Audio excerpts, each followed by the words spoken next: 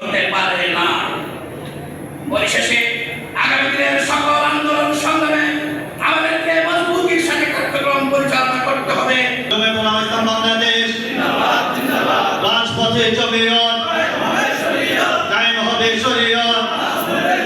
জমিয়তুল উলামা ইসলাম বাংলাদেশ ঢাকা মহানগর উত্তর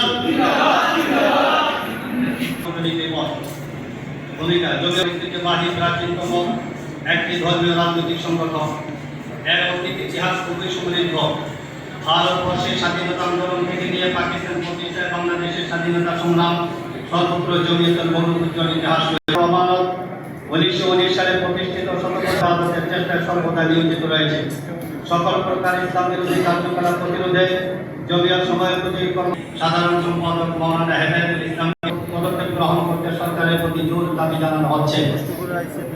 কওমি মাদ্রাসা 2 নম্বর কওমি মাদ্রাসার সময় এদেশের মুসলিম জনতার অবিচ্ছেদ্য অংশ।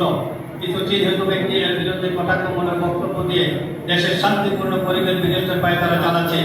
ঢাকা মহানগর উত্তর থেকে আয়োজিত আজকের সদস্য সম্মেলন ও কাউন্সিল অধিবেশনের মহতারাম সভাপতি ফাঁসি দেওয়ার মতো অবস্থা স্থানীয় প্রশাসন এবং সামাজিক নেতৃবৃন্দের সাথে সমন্বয় করে জমিয়তের কর্মী এবং নেতৃবৃন্দরা যদি আমরা সাহসী ভূমিকা পালন করি, এই অভিশাপ থেকে সমাজ এবং দেশকে যেমন মুক্ত করে তৃণমূল পর্যায়ে সাধারণ মানুষের সাথে পরিচয় করানো এবং তাদেরকে সংগঠনের সাথে যুক্ত করা কোনোদিন আপনাদেরকে ক্ষমা করবে না।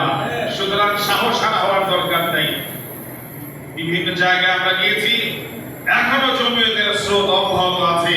বিগত নির্বাচনের সিদ্ধান্তকে অনেকে প্রকাশ্যে, এই জন্য আমাদের বিশ্বাস এবং তাদের লেখনী থেকে বোঝা যায় যারা ফেসবুকে গান বন্ধ করে লেখালেখি করে 2-3 জমা পড়ুয়া ছাত্র না হাবিবের হেদায়েতুল্লাহ কাফিয়া পর্যন্ত ওই পর্যন্ত জ্ঞান তাদের বোঝার যোগ্যতা হয় নাই, যার দ্বারা প্রশংসাগুলি করে এদের মধ্যে চিন্তাধারা সেগুলো প্রকাশ করবেন, সুন্দর ভাষায় জবাব দিবেন, না পারলে চুপ থাকবেন।